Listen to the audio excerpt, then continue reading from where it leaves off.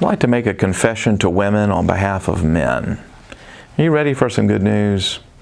All your wounds, even the deepest emotional wounds, can be healed.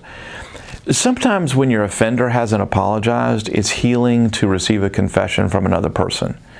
No matter your wounds, it's possible to forgive and to move on.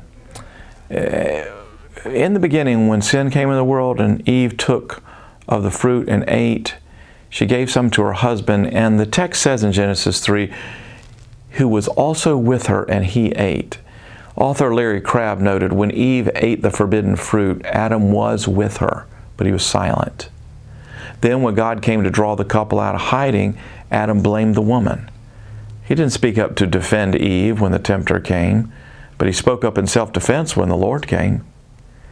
Many years ago, I planned to preach a simple Valentine's Day message on the beauty and importance of honoring women. And what happened on that unforgettable Sunday was something I could have never imagined. While preparing the message on Friday morning, I began to feel strangely convicted of the ways that men have dishonored women. And I spent some moment in personal confession to the Lord of any of the ways that I could remember dishonoring the women in my own life. And soon the moment of personal confession, it just grew into a transforming encounter with God.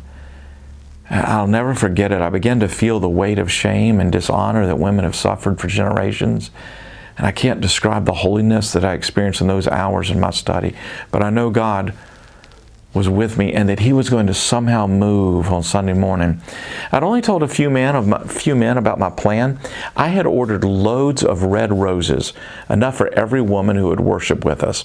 And I preached briefly before I made the confession on behalf of all men. It's biblical to confess for others. Nehemiah did so on behalf of his forebears. So Sunday morning, after this emotional confession, I invited men to join me at the front of the church, and hundreds of men came forward, knelt, and wept alongside me. And then in what seemed like a scene from heaven, men began taking roses all over the sanctuary to give to the women. And with each rose given, the man said simply, "A rose for a rose."